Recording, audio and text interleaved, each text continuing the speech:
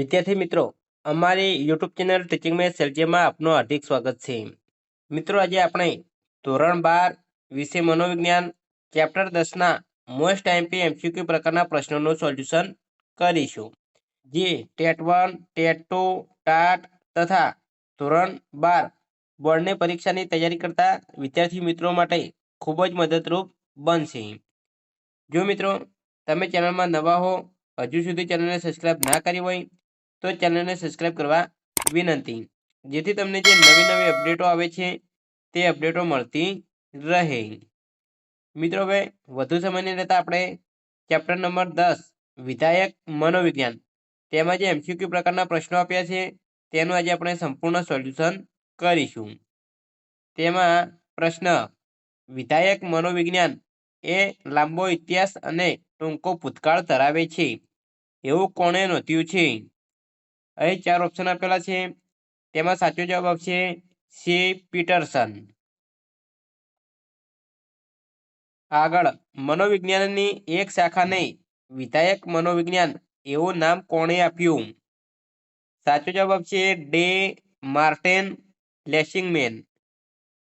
નીચેનામાંથી કયો અનુભવ વિધાયક વ્યક્તિલક્ષી અનુભવ નથી? સાચો જવાબ આવશે સે. હતાશા. સુખ અને સુખાકારી અંગેના આપણા વસ્તુલક્ષી માપદંડોમાં નીચેનામાંથી કોનો સમાવેશ થાય છે? સાચો જવાબ આવશે સે. આવક. એરિસ્ટોટલના મતે સુખ અને સુખાકારી એટલે શું?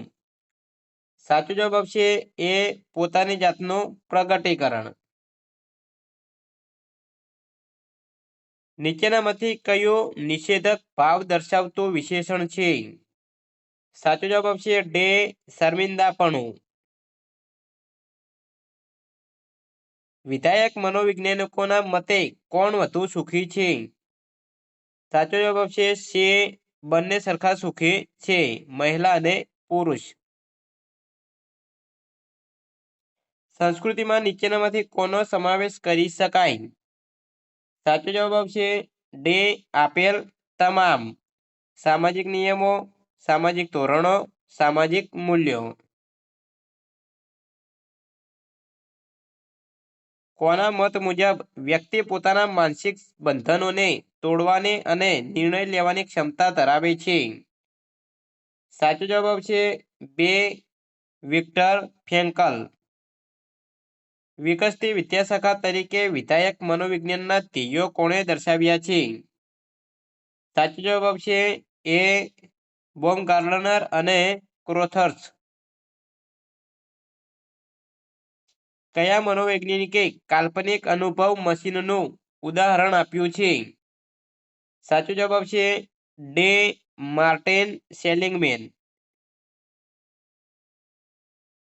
જીવન સંતોષ માપન તુલાની રચના કયા મનોવૈજ્ઞાનિકે કરી છે?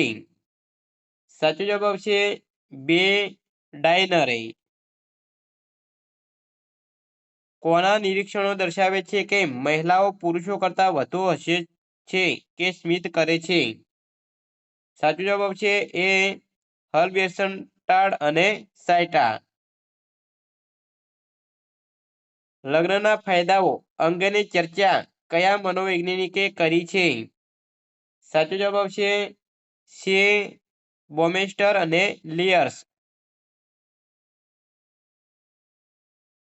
કોના મત મુજબ વ્યક્તિગત સુખાકારીની બાબતમાં ખરાબ લગ્ન જીવન એ લગ્ન જીવન ન હોવા કરતાં વધુ ખરાબ છે?